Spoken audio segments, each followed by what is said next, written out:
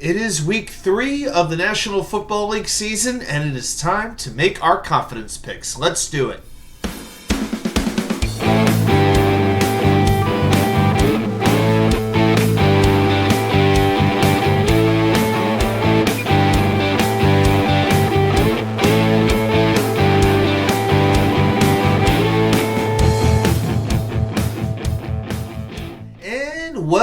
Well, welcome back to New York Sports WickerMedia. I'm Watch2K99. Thank you as always for taking the time to watch these videos. So, week 3 is underway. As I'm recording this, the Niners and the Giants have just kicked off their game out in Santa Clara, California, and it is time to make our picks for week 3 of the NFL season. Now we do it confidence style, which once again means we pick the winners and we pick them outright, and we rank every game from 16 down to 1. 16 the game we have the most confidence in, 1 game we have the least confidence in, and you can use each number only once. Now we hold ourselves accountable on this channel here.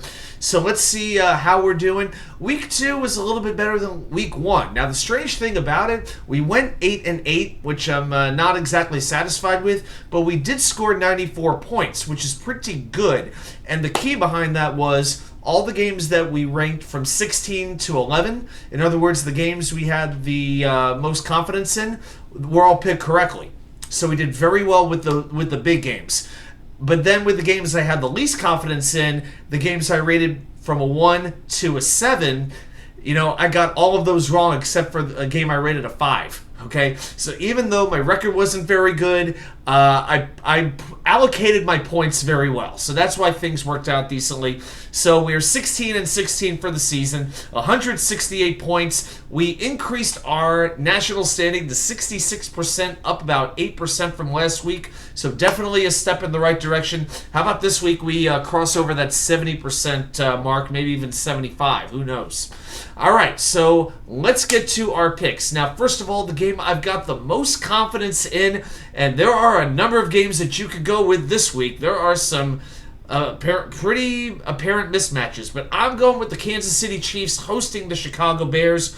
We know it's been a slow start for the Kansas City offense, but it's got to start clicking at some point. And you look at the Bears' defense. I'm not very confident in them right now, especially after their defensive coordinator just resigned this week. There's a whole lot of questions, a whole lot of speculation, a whole lot of uncertainty. Right now, the word is health. I hope for the sake of the situation, it's only about health and nothing else. But the Bears are under a lot of duress. Justin Fields has not learned when to shut his mouth in a press conference, what to say and what not to say.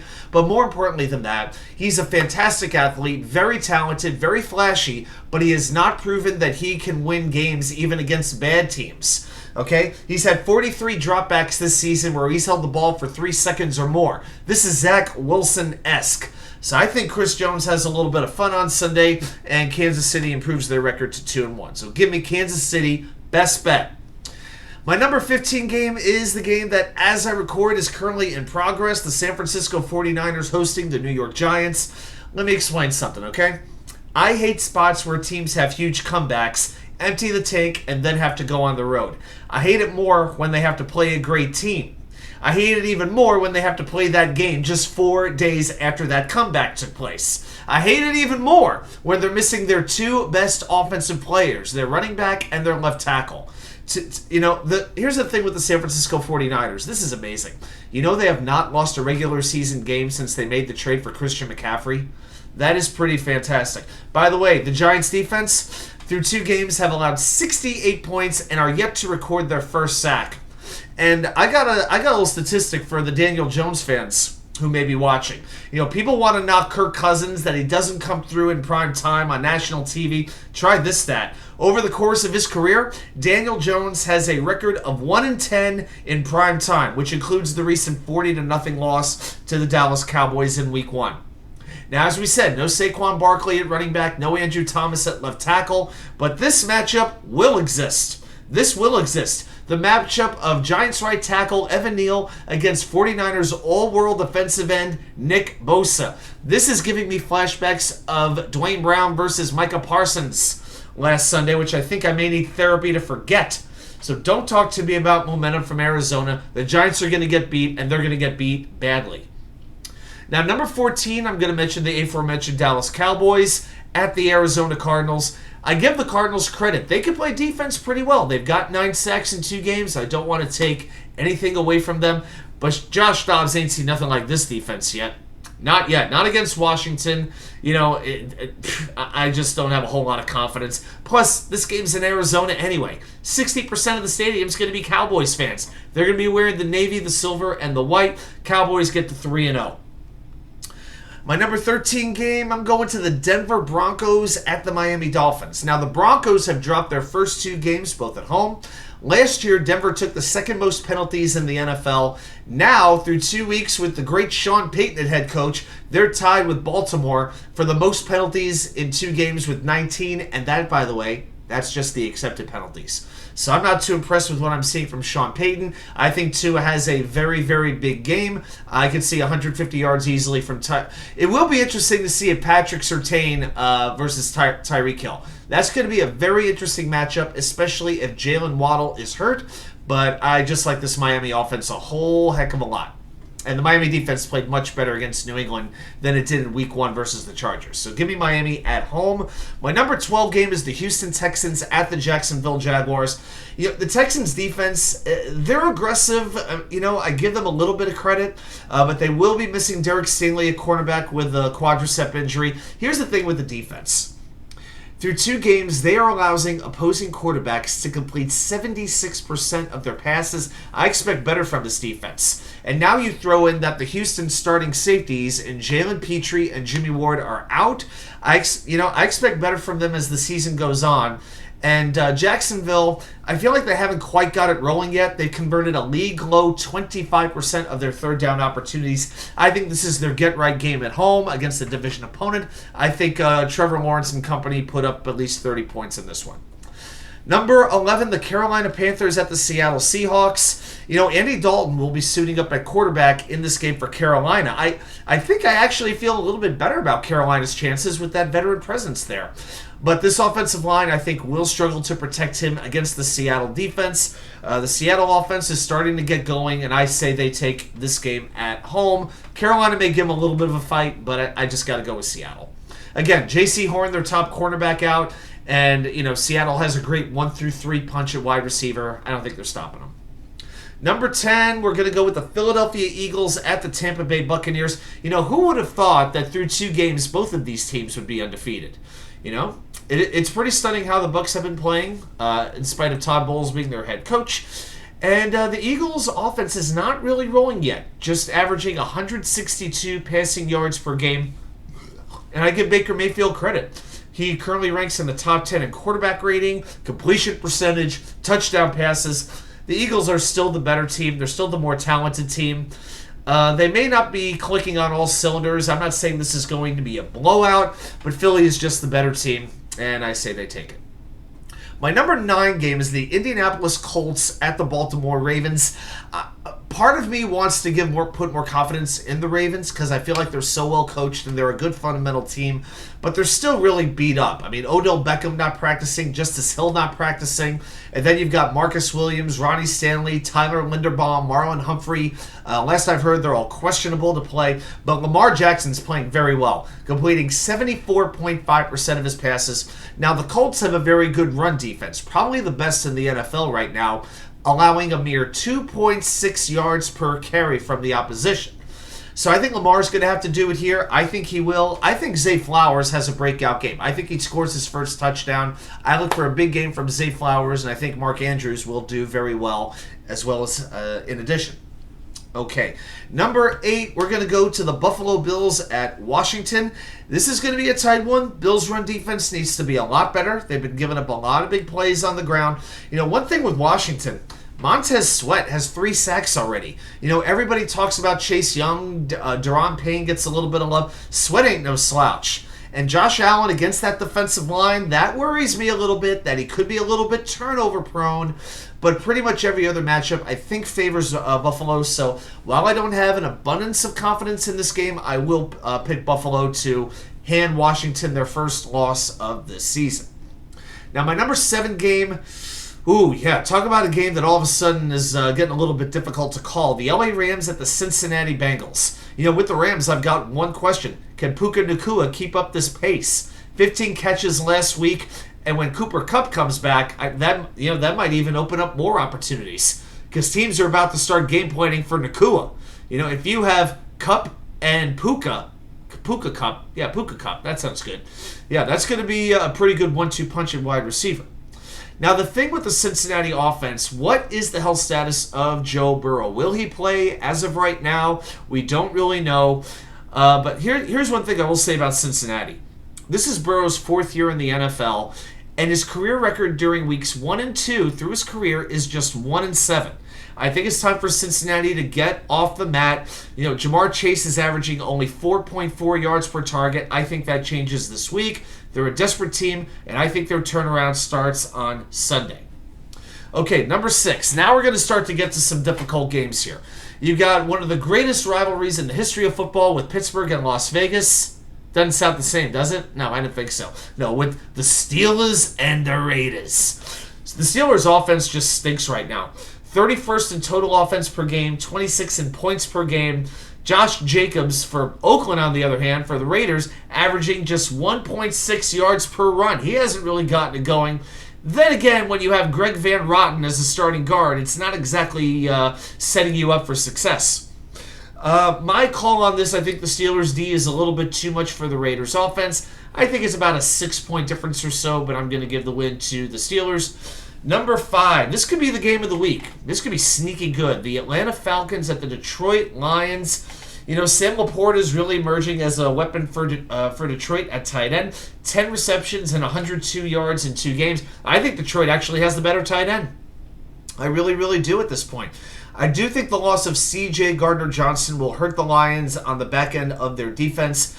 And the Falcons' D looks pretty good, averaging 17 points allowed per game, but I think this is probably the best offense they've seen to this point. It's a tight one. I don't know. Maybe it's just me, but I have trouble visualizing the Atlanta Falcons getting to 3-0, especially with Desmond Ridder at quarterback. I think the Lions got their little wake-up call last week. I told you I was worried about that game against Seattle. I picked Detroit by the slimmest of margins, and it wound up going to overtime. This week, I think Detroit gets back on track. They have a task at hand. I think they make their statement, and they beat Atlanta in this game. Number 4. Ooh, this one's going to be fun. The Los Angeles Chargers of San Diego at the Minnesota Vikings. Considering these teams are a combined 0-4, this is an exciting game to watch, Both of these teams are about high expectations and high talent with not always the best caliber of results, right? Last week, here's all you need to know about the Chargers. Just check this out. Last week, Justin Herbert threw for over 300 yards, 2 touchdowns, no interceptions. Their defense sacked Ryan Tannehill 5 times. Derrick Henry didn't break 100 yards rushing, and they still lost the game to Tennessee. Are you kidding me? How does Brandon Staley still have a job? My God.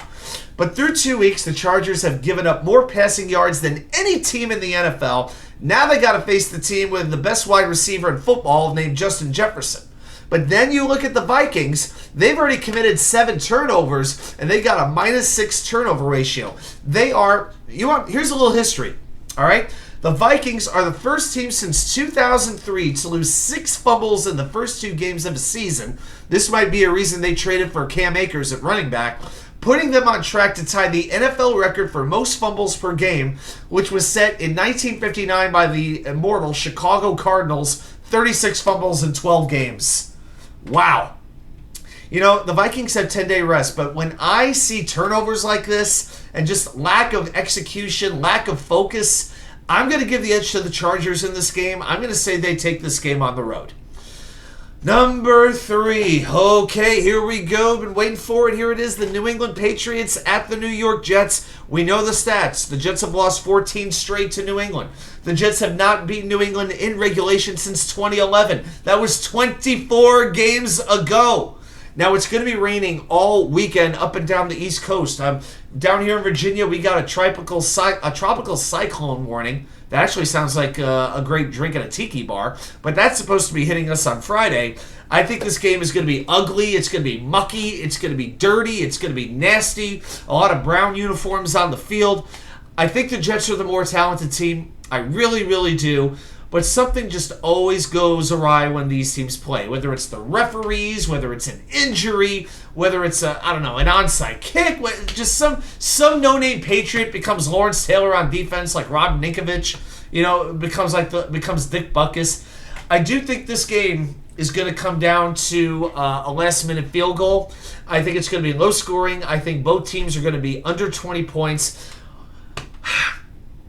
I'm picking more with my heart than my head, if I'm being honest here. But I will pick the Jets to win this game, snap the streak, onward and upward goes Gang Green. Don't let me regret that pick. Number 2, the New Orleans Saints at the Green Bay Packers. Tricky one here. Hard to get a feel on either team at this point, I feel. I mean, Jordan Love has 6 touchdowns and no interceptions. But can he hit the deep pass? And if you watch that game against the Falcons, he went 0 for 6 on the last drive of the game. And if you haven't seen the quarterback sneak he attempted, go back and watch that. I don't know if I'm allowed to show it here on my video, but just YouTube Jordan Love quarterback sneak. Goodness gracious. Now, the Saints defense has allowed just 1 touchdown all year. That was in garbage time against Carolina. But I don't know about this offensive line. They've allowed 4 sacks per game. I don't think I trust them against a good Packers defense. I'll take Green Bay in their home opener. And then finally, game number 1, the game I've got the least confidence in, the Tennessee Titans at the Cleveland Browns. The Browns have a lot of question marks now on offense now that they have lost Nick Chubb. Nick Chubb, I think, was on his way to maybe leading the NFL in rushing. He looked that good, that dominant, especially behind that offensive line. And it's absolutely horrible that his season ended the way he did. I really hope he could come back at some point. They did sign Kareem Hunt. We'll see how much of a role he has this week. I'm still not sold on what I'm seeing from Deshaun Watson, though. I'm not in love with it. On defense, though, between Myles Garrett and Zadarius Smith, they have a great pass rushing combination. They're going to have to remain great, and they're facing a Tennessee offensive line that is not doing very well. But the Tennessee passing game, it was only 24 passes that Ryan Tannehill attempted in week 2. So Tennessee has an excellent defense itself, anchored by Jeffrey Simmons, Tyler Tart, Danico Autry, and I think they're going to do a lot to really slow down the Cleveland offense. I can see them forcing a turnover or 2, but here's the other thing. Cleveland is on a short week, lost a brutal game to a division rival, and lost maybe their most dynamic player, on offense at least. I wonder if they can really recover. I think it's going to be a question. I think that really comes back to the coach, and I don't know if I've got the confidence that Kevin Stefanski is going to be able to rally the troops to beat Tennessee.